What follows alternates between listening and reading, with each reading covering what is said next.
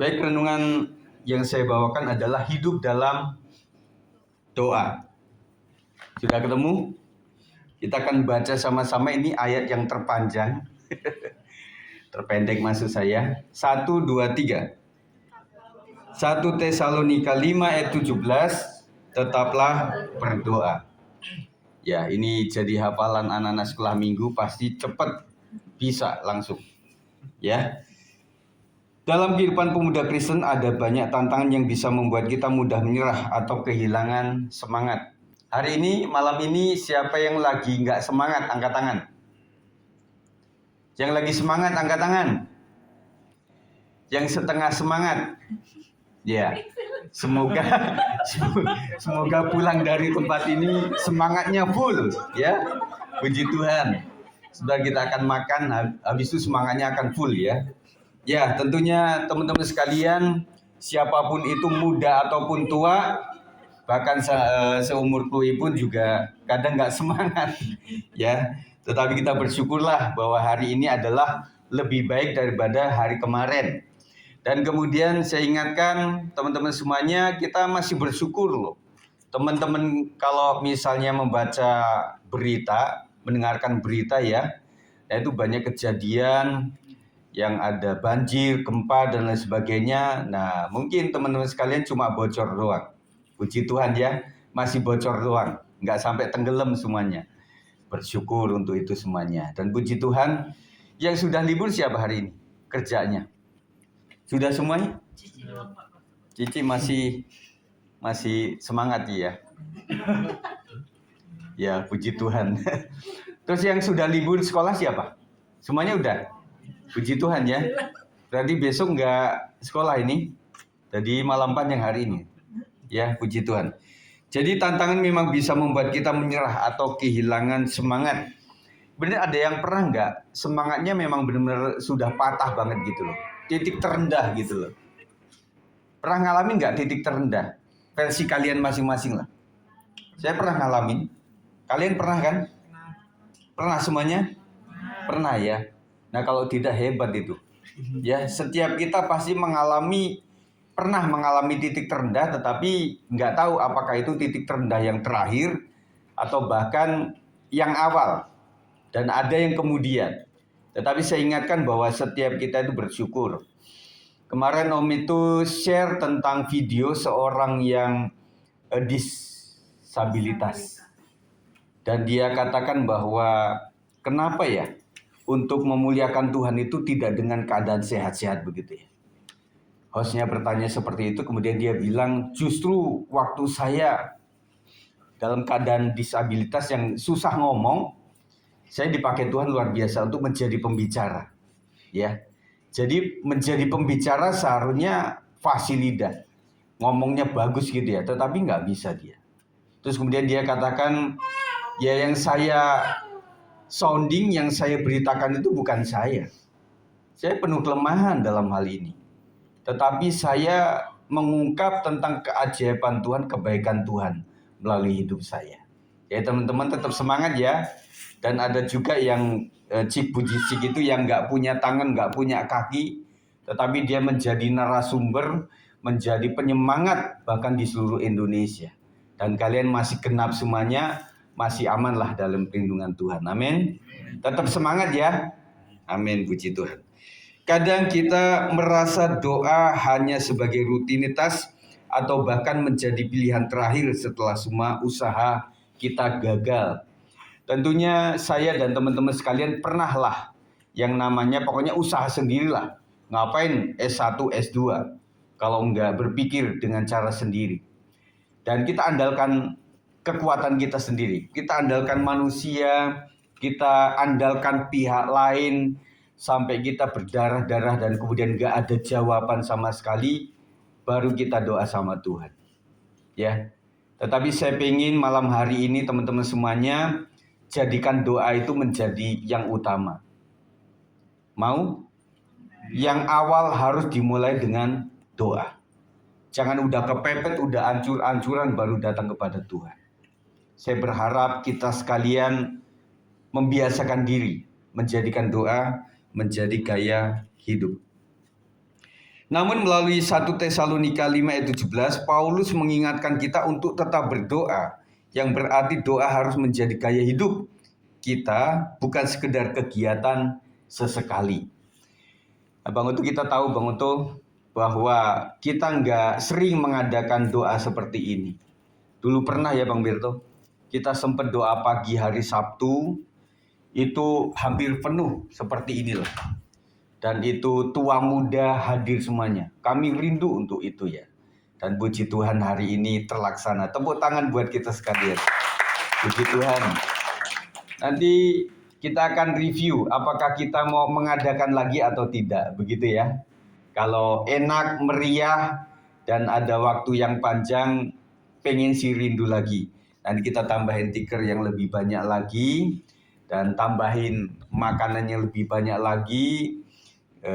Bisa jadi nanti kalau kita nobar nonton bareng, tetapi bukan film horor. Ya, siapa yang suka nonton film horor? Meskipun habis itu, ini sela gede atau sela kecil? Sama-sama. Ya, kita nobar lah. Ya, tadi saya tanya apakah nonton sepak bola, Pak Sab? Nggak tahu ya. Ya itu gambaran aja lah supaya kita nggak terlalu jenuh. Tadi ibu-ibu ketemu sama kami itu ada yang bilang, Pak Gem, katanya semalam suntuk ya hari ini. Anak-anak muda, wush, keren. Gitu ya. Enggak, Bi, saya bilang enggak semalam suntuk. Jadi jam 8 sampai 9 sampai 10 lah begitu. Enggak tahan kalau lama-lama ya. Apalagi yang enggak kuat gini ya. Kalau kami memang udah usia harus ada sederannya. Kalau Bang itu memang di sini ya. Ya bukan berarti yang usia-usia semua ini nyender-nyender, enggak ya. Tetapi kalian masih kuat di situ ya. Bayangkan kalau sampai jam 4 pagi sudah. Ya kita sampai tengkek sini ya. Enggak kuat ya.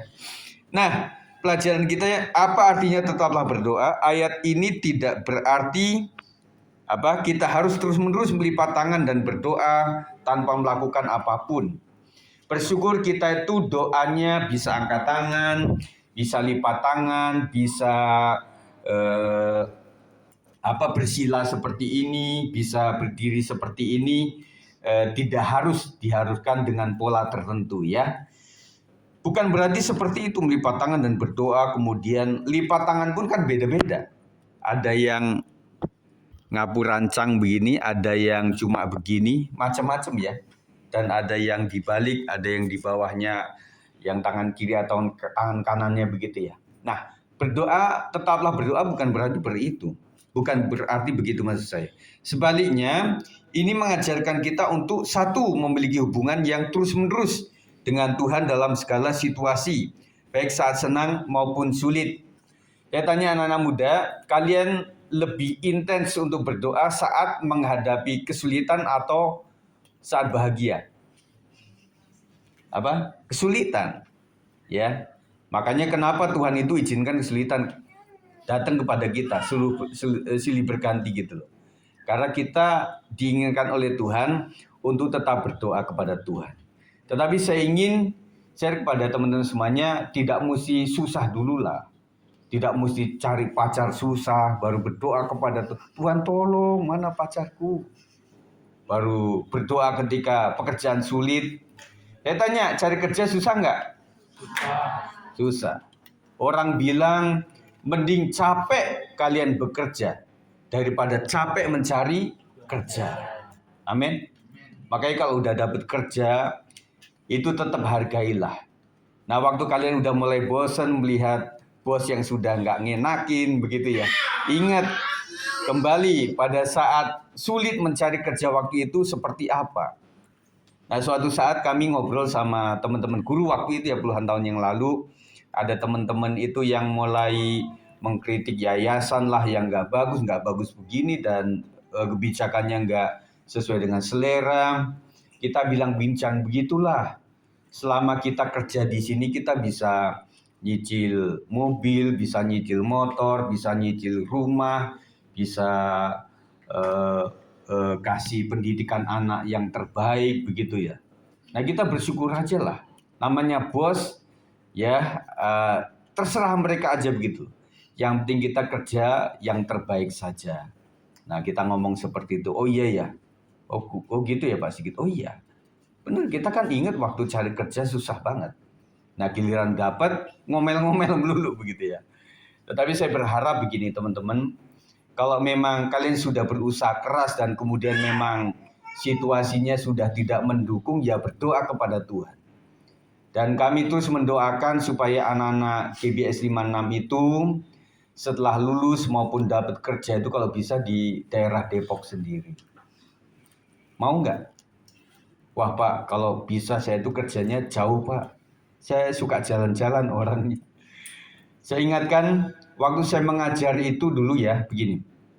Saya pagi-pagi jam 4 itu sudah dari Dewi Sartika, kemudian naik motor, kemudian lurus ke arah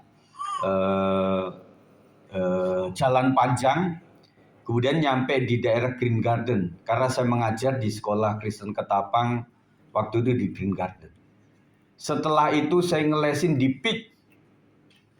Setelah itu saya jemput istri saya di stasiun kota. Nah, habis itu pulang kita lewatin Mampang, Buncit, kemudian baru makan pecel lele di Ragunan. Lewatin Lenteng Agung, itu tiap hari. Masih kuat saya. Tetapi hari ini enggak sekuat itu. Ya. Tetap umur kita tidak bisa bersandiwara lagi. Semakin umur kita semakin tidak kuat ini itu, ya. Makanya kami mendoakan supaya kalian itu dapat kerja di daerah Depok, minimal pinggiran Depok lah. Bogor masih bisa, kemudian daerah Jakarta Selatan masih bisa. Kalau bisa jangan di Tangerang. Itu doa kami, ya kasihlah ya. Puji Tuhan ya, itu doa kita. Tetapi kalau masih ada di nun jauh di sana, ya berdoa saja kepada Tuhan ya. Menjadikan doa sebagai respons utama dalam menghadapi tantangan hidup. Ada tantangan, harus berdoa. Jangan nggak ada tantangan, nggak doa, ada tantangan, tambah nggak berdoa lagi. Jadi baik susah maupun senang kita harus tetap berdoa. Selanjutnya membangun kebiasaan doa yang konsisten. Bukan hanya saat butuh sesuatu dari Tuhan. Kita mengharapkan setelah ini kita akan coba berdoa setiap pagi, setiap siang, setiap saat. Dan kemudian tidak mesti sepanjang 1 jam. Karena buat kita adalah yang penting intinya. Yang penting Yang penting nilainya, bukan panjangnya. Ya. Yang penting kita doa kepada Tuhan Yesus, aku mau berangkat kerja, Tuhan lindungi saya. Dalam nama Yesus, segala roh kecelakaan dihancurkan dalam satu nama oleh kuasa Tuhan, maksud saya begitu ya. Kita hancurkan dalam nama Yesus, baru kita jalan begitu saudara. Kadang juga kita lupa, ya udah sambil di jalan itu kita merem sebentar, Tuhan ampuni saya lupa doa Tuhan. Merahkan hidup saya ke dalam tangan Tuhan. Kalau Pak Sigit doanya gimana? Setiap hari saya mendoakan keluarga gembala, kemudian keluarga jemaat, tubuh jiwa roh sehat, usaha mereka diberkati Tuhan, yang sakit sembuh, yang kerjaannya supaya diberikan rasa yang happy, apapun itu, meskipun engkau tidak sesuai dengan jurusan atau hobi kalian, tidak sesuai dengan passion katanya, ya tetap berusaha sajalah. Karena kadang-kadang pekerjaan juga batu loncatan. Amin. Jadi kita enggak menunjukkan ini yang paling bagus, ini yang tidak bagus, tidak begitu. Karena pekerjaan adalah berkah daripada Tuhan. Dan kalau kita melihat teman-teman sekalian, banyak orang yang bekerja itu berdasi, harum, tetapi gajinya belum tentu. Tetapi ada orang-orang yang mungkin bau pekerjaannya, tetapi uangnya harum. Mending badan harum, uangnya enggak harum, atau badannya agak apek-apek, tetapi uangnya harum. Itu pilihan kalian semuanya. Tetapi saya ingatkan bahwa ada orang-orang yang merantau di kota Jakarta itu, yang mereka mungkin cuma jualan nasi atau apa, dan kita anggap itu remeh. Tetapi ketika kita melihat mereka di kampungnya itu ladangnya luas, sawahnya luas, dan rumahnya juga gedongan. Ada seorang tukang becak yang bisa meluluskan anaknya sebagai seorang lulusan cum laude, dan itu kita juga nggak habis pikir. Berarti orang pandai itu tidak mesti banyak duit. Amin? Setuju? Tidak mesti. Jadi orang bisa pandai itu karena kerja keras dia. Ya, kerja keras tidak memungkiri hasilnya. Yang kedua, saya percepat ya. Mengapa doa itu penting? Doa menghubungkan kita dengan Tuhan seperti seorang anak berbicara kepada bapaknya. Doa memberikan ketenangan di tengah tekanan dan kecemasan hidup. Teman sekalian mungkin pernah mengalami ya, ketika dia mengalami kecemasan, tidak ada damai, dan kemudian lari ke kamar, kemudian datang kepada Tuhan, baru di situ ada kesejukan hati, ada damai sejahtera. Pernah ngalamin gitu? Nah, semoga kalian ngalamin dan terus ngalamin seperti itu sampai mengalami rasa indahnya berdoa kepada Tuhan. Dan damainya itu adalah sejati. Bukan karena uang banyak, bukan karena kerjaan sedang baik-baik saja, bukan karena teman boyfriend atau girlfriendnya memang cantik, cakep atau apa. Orang bilang cantik itu menipu. Katanya. Tetapi kita juga suka laki-laki yang cari yang cantik kan begitu. Yang cewek juga suka yang cari yang ganteng-ganteng begitu ya. Tetapi ingatlah bahwa pilihan daripada Tuhan itu adalah yang terbaik. Doa menghubungkan kita dengan Tuhan. Seperti seorang anak berbicara kepada bapaknya. Doa memberikan ketenangan di tengah tekanan dan kecemasan hidup. Doa membuka jalan bagi mujizat. Tuhan bekerja dalam kehidupan kita ketika kita datang kepadanya dengan iman. Modal doa adalah iman. Harus percaya. Saya berani katakan dan boleh katakan, daripada kalian tidak punya iman, mending nggak usah berdoa. Tetapi ada pengalaman bahwa orang ketika berdoa, awalnya nggak punya iman, lama-lama ngapain ya gua doa begini terus nggak punya iman, ngapain begitu. Akhirnya lama-lama dia beriman. Dan akhirnya betul-betul yang namanya iman itu membuktikan sesuatu. Amin. Yang ketiga, bagaimana kita bisa hidup dalam doa? Mulailah hari dengan doa. Sebelum kita menjalani aktivitas, serahkan semuanya kepada Tuhan. Kalau boleh saya tanya, siapa yang mayoritasnya setiap pagi berdoa kepada Tuhan? Angkat tangan. Mayoritasnya. Puji Tuhan lah. Tidak terlalu banyak. Berarti mayoritasnya kalian nggak berdoa. Janganlah teman-teman ya. Jadi berharap setelah ini kalian mulai menggemari doa kepada Tuhan. Meskipun sesingkat apapun. Doa pagi ketika bangun, terima kasih Tuhan, aku bisa bangun oleh karena Tuhan yang memberkati. Menyerahkan hari ini ke dalam tangan Tuhan. Haleluya, amin. Udah. Habis itu langsung lari ke kamar mandi. Begitu ya. Terus siang, malam juga. Tuhan, terima kasih untuk seharian ini. Tuhan telah memberkati aku dan aku mau tidur. Tuhan, lindungi supaya sampai bangun saat pagi dengan sehat. Haleluya, amin. Udah gitu. Ya. Kemudian berdoa di setiap kesempatan, bukan hanya di gereja, tetapi juga dalam hati kita saat bekerja, belajar, atau menghadapi masalah. Waktu kalian menghadapi pekerjaan, ketemu klien yang sulit, mungkin dalam hati sudah berdoa.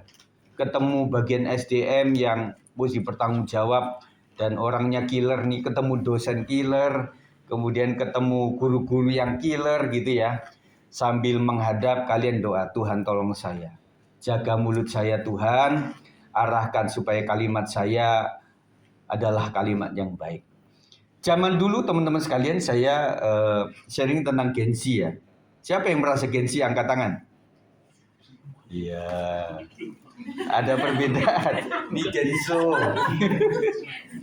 Katanya begini.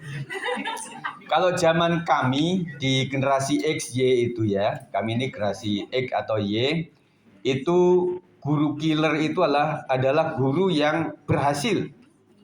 Karena dengan guru killer, maka kita bisa mengerjakan PR dan kemudian pekerjaan itu dengan tanggung jawab. Itu masa itu. Tetapi Gen Z ketika ditanya, kalian seneng guru yang seperti apa? Oh, guru yang friendly, yang lucu gitu loh. Jadi kalian punya bahasa khas. Ih, anak itu lucu.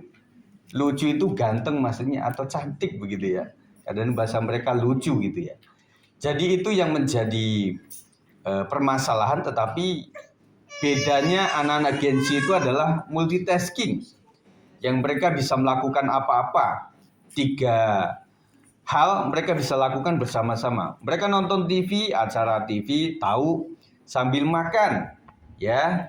Kemudian setelah makan itu dia juga pegang handphone kan? Itu kalian kan sambil ngechat, sambil lihat TikTok, liatin snack video, sambil apa gitu. Ketika ditanya tahu semua, berita TV tahu, makannya habis.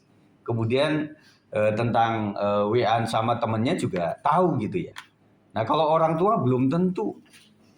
Orang tua bilang, Pak Sigit, jangan banyak-banyak lah kasih tugas, saya bingung. Ini yang mesti yang mana yang duluan begitu ya. Puji Tuhan, itu sekilas saja ya. Akhiri hari dengan doa, bersyukur atas hari yang telah dilewati dan menyerahkan esok hari kepada Tuhan. Penutup, terakhir, sebagai pemuda Kristen kita dipanggil untuk hidup dalam doa. Amin. Jangan hanya berdoa saat butuh sesuatu, tetapi jadikan doa sebagai gaya hidup. Saat kita tetap berdoa, iman kita akan semakin dikuatkan dan kita akan melihat bagaimana Tuhan bekerja dalam hidup kita. Pertanyaan refleksi, apakah doa sudah menjadi bagian penting dalam hidup kalian semua? Sepenting apakah doa itu? Gambarannya begini. Ada hal-hal yang tidak bisa kita lakukan secara kekuatan manusia, yang bisa hanya yang adikodrati, yaitu roh spiritual. Caranya adalah mendatangkan kerajaan Allah, mendatangkan kuasa Allah. Melalui apa? Melalui doa. Jadi doa itu bisa menembus banyak hal. Bisa menyembuhkan sakit yang dokter angkat tangan. Bahkan Alkitab bilang bahwa dengan doa itu, ya orang mati pun bisa dibangkitkan oleh Yesus. Dan doa itu banyak melahirkan mujizat-mujizat yang luar biasa. Jadi tetap penting. Tadi kita bicara firman Tuhan itu penting. Tetapi doa juga penting. Nanti Bang Untuk kita karang ya. Berdoa penting gitu ya. Bagaimana saya bisa lebih konsisten dalam berdoa setiap hari? Nah, yang membuat kita mampu melakukan itu adalah keputusan diri sendiri. Betul, teman-teman? Buat generasi muda, yang penting hatinya sudah memutuskan sesuatu, tidak bisa dihalangi. Tetapi kalau masih bentuk permohonan orang tua, masih bentuk arahan dari Pak Gembala, masih dalam bentuk arahan oleh guru, kadang-kadang mereka nggak mau taat yang seperti itu. Ya, bahkan banyak pertanyaan. Kenapa sih Pak Guru? Saya mesti pakai baju merah. Suka saya kan baju kuning, begitu ya. Padahal cuma ya udah merah-merah, nanti kuning-kuning begitu ya. Tapi kalau Gen Z nggak begitu, mesti tanya dulu. Kenapa alasannya mesti merah? Begitu ya. Padahal memang dia nggak punya merah begitu. Tapi tanya terus begitu ya. Apakah saya percaya bahwa Tuhan menjawab doa saya sesuai dengan kehendaknya? Ini jadi pertanyaan buat teman-teman semuanya. Apakah betul ya saya percaya kepada Tuhan bahwa jawaban doa itu sesuai dengan kehendaknya dan bukan kehendak kita. Ya. Jadi iman itu adalah mengimani, percaya kepada kehendak Tuhan adalah yang terbaik, bukan kehendak kita atau keinginan kita yang terbaik. Amin. Itu saja saya sampaikan. Nanti selanjutnya isi doa pelajari sendiri, isi-isinya seperti itu, dan kita akan berdoa kepada Tuhan. Sebelum lebih lanjut ya, saya akan doa. Mari kita akan berdoa. Terima kasih Tuhan, kami bersyukur. Jadikan kami Tuhan menjadi orang-orang, menjadi generasi yang kuat, menjadi generasi yang tahan uji, tahan banting di keluarga, di dalam pekerjaan, di sekolah, di kampus, di dalam pekerjaan informal maupun formal, di jalan, dimanapun kami berada Tuhan. Jadikan kami menjadi sosok yang benar-benar taat kepada Tuhan. Kami hormat kepada orang lain, wujud daripada kami mengasihi Tuhan. Dan biarlah Tuhan doa malam hari ini terus diurapi oleh Tuhan dan menjadikan apa yang kami sampaikan malam hari, pujian, doa, dan juga penyembahan kami, Engkau yang mendengarnya Tuhan. Kiranya berkat Tuhan melimpah atas kita, demi nama Yesus yang percaya katakan, amin.